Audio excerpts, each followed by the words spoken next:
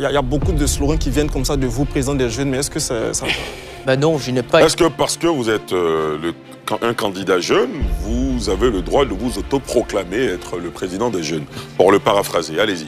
Alors, je me suis jamais autoproclamé président des jeunes. On a un président des jeunes qu'on connaît tous, qui est le président du Conseil national des jeunes de Côte d'Ivoire, qui est bien connu, mon frère Ibrahima Diabaté, à qui je voudrais faire un coucou. Alors, moi, je suis candidat des jeunes à l'élection présidentielle. Et je ne me suis pas autoproclamé candidat des jeunes. Ce sont les jeunes qui m'ont investi en tant que le candidat. Et c'était à Bobo, le 4 janvier, des jeunes qui sont venus d'horizons divers, de toute la Côte d'Ivoire.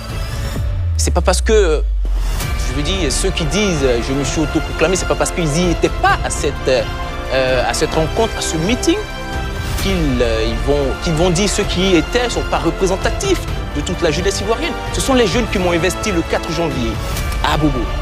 Et j'ai cette légitimité de les représenter. Donc il n'y a pas d'équivoque à se faire à ce niveau. Très bien. Michael Louba? Oui. La question de Niango Alain Serge. Il faut, en tant que consultant en communication politique, je sais déjà les limites et les difficultés au plan communicationnel que cela pourrait apporter. Mais effectivement, moi, je ne me vois même pas en tant que jeune, puisque l'espérance de vie en Côte d'Ivoire est de 59 ans. Donc, quelqu'un qui avoisine la quarantaine déjà, il est proche de la tombe.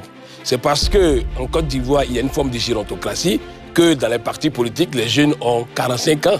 Mais sinon, en principe, moi, je me positionne en tant que candidat de la nouvelle génération. Nouvelle génération, pourquoi? D'abord au niveau de l'âge, puisque je suis à cheval entre l'âge adulte et la jeunesse qui est constitutionnellement connue. Ensuite aussi, nouvelle génération, parce que nous voulons changer les paradigmes.